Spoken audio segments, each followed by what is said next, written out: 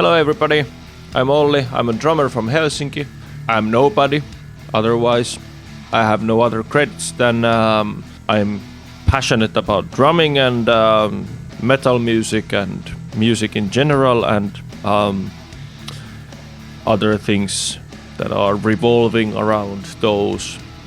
This video is about how I built bass traps and got better acoustics in my live room, well, in my band's live room or a rehearsal space or whatever place where you play loud music with instruments or mess around with your band. If you really don't want to listen to this bullshit and just want to skip right to the business, then you can just just jump a bit forward and there will be a sound comparison of how the room sounded before bass traps and then how it sounded after bass traps. After those, I will tell you how I made those bass traps and how they were built, because I didn't buy them from Thomann or any other shop. I made them myself. So I heard that bass traps are good for acoustics, so I decided to make some bass traps. Bass traps are really thick acoustic panels which are supposed to absorb bass players' bass frequencies. And this is very important because when you have really strong low frequencies like you would have in low guitars or bass drum or bass guitar, as those echo in the room, they create higher harmonics. Well, harmonies of higher frequencies, and then those frequencies then will mess up the sound that you would have there in the room. So everything just becomes muddy and unclear and big and boomy. It's really nice on a record to some degree, if you're making some U2 type of Phil Collins sound, but then in a live room where you're rehearsing with your band, especially if you're playing loud metal like my band Gomoran does. So what happens when you start playing, you will have lots of echo, and then you don't hear each other because of the echo. You're oh, I can't hear the guitar, and then you just turn up the guitar and then it just creates more echoes and everything's a mess. Anyway, it was Father's Day in Finland, and as a present to my dad, I went to visit my parents and put my dad to work, because he's some construction worker guy, so he knows how to build stuff. I don't. I live in a city, do an office job, so I really don't know how. I don't know anything about building stuff, so he helped me. We built this 180 centimeters tall and 1 meter wide and then 25 centimeters thick wall that we put it against this pillar that's in our live room, right in front of the drums. So that's really nice when you hit the kick drum and you have lots of frequencies, so they will go straight into this big bass trap wall and doesn't come back that strong. Then we made this Toblerone shaped 3D prism shaped bass trap. We put them in the corners behind the drums on top of each other. We couldn't put similar bass traps to the other two corners of the room because that part of the room is not rented to us, so we cannot really put any stuff there, so we just have to live with that. But at least we have this, our side now controlled. But anyway, this kind of solution made a huge difference in the sound of the room. Here are now some jamming videos of me jamming on the drums. The videos were recorded on separate days. The angle of the camera is different. I was placing the camera to a different place just to have some variation in the video. But the mic that I used was Rode NT1, and so that's it's a large diaphragm. It's a large diaphragm condenser microphone. Yep, it's really good for vocals.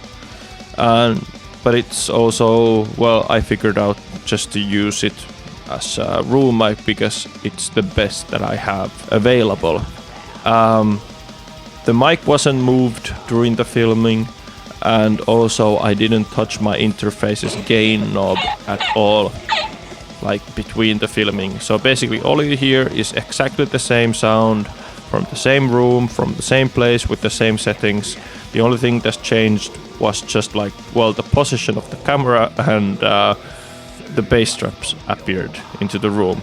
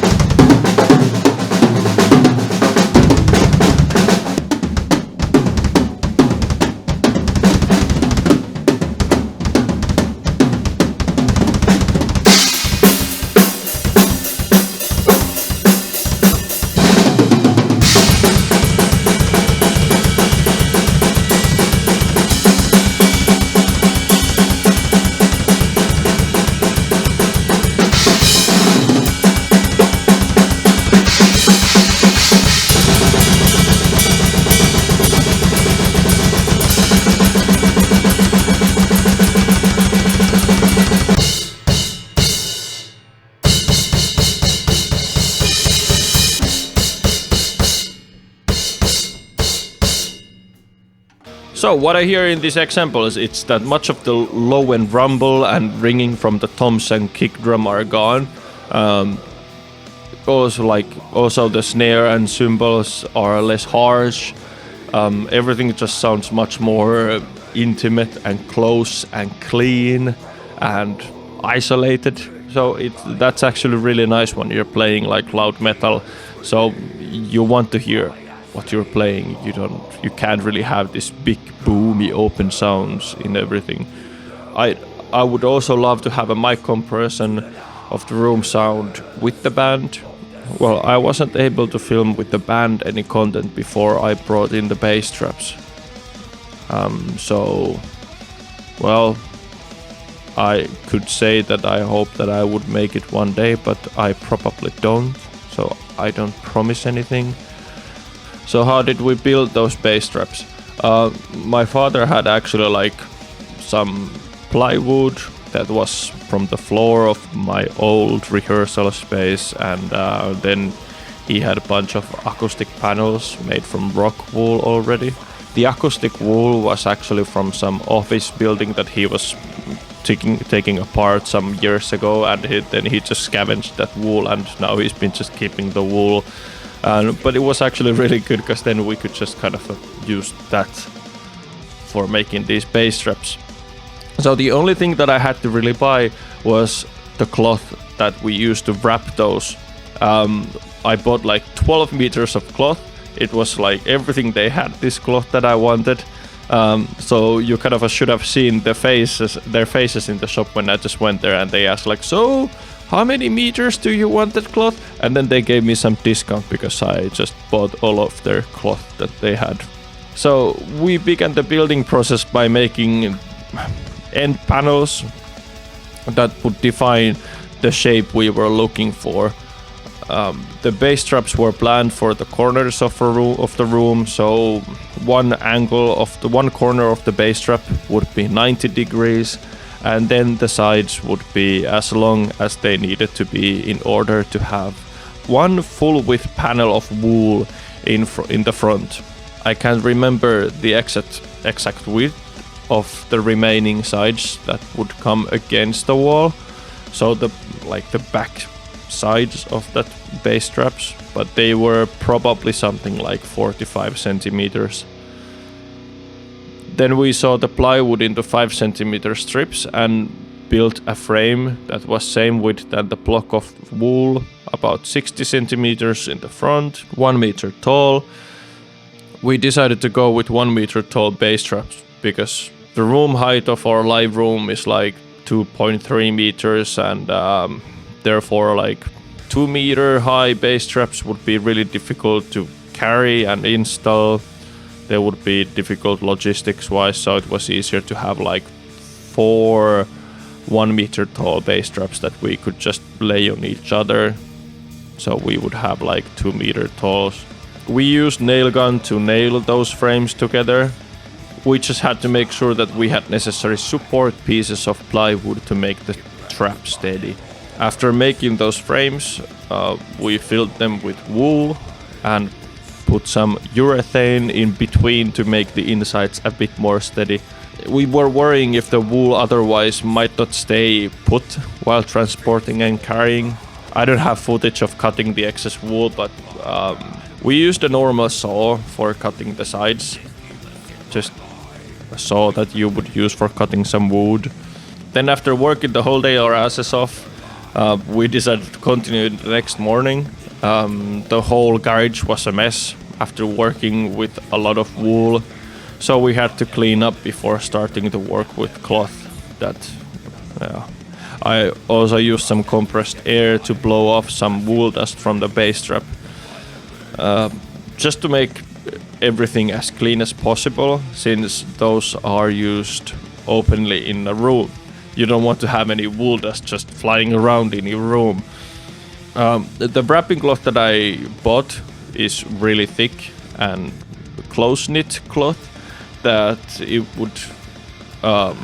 would keep the wool dust in, but it wasn't plastic or any other material that would have like negative acoustic effects. The cloth reminds something like you would have in your sofa. We cut the cloth in appropriate sized pieces, then used a lot of staples to make it sit tightly around the base straps.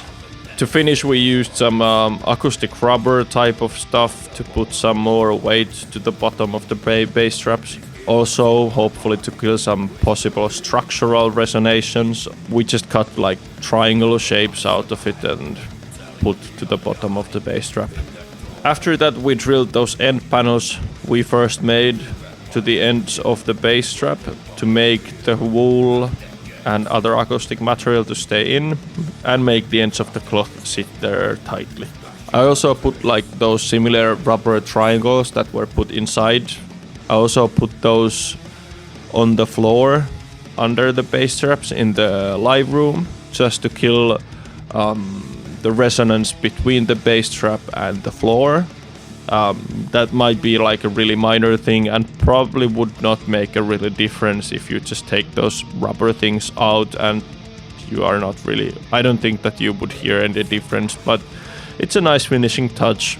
The corner base strap weighs about 15 kilos and it did cost to me like 15 to 17 euros per base strap. Well, that's the cost of the 1.5 meters of cloth that I had to use to wrap it. The big wall base strap was made in a similar manner. We built a big 1 meter wide and 180 centimeters tall bookshelf-like frame. Then we filled it with wool. Also used urethane to glue the wool panels together. And then we wrapped it in the cloth. We also did like a bore to the bottom of that whole wall, just that it would be tilted a bit backwards, that it wouldn't fall over so easily. Well, it's quite heavy, so it weighs like a couch or a bed, so it won't fall. Altogether, like the whole process of building took like 15 hours to do.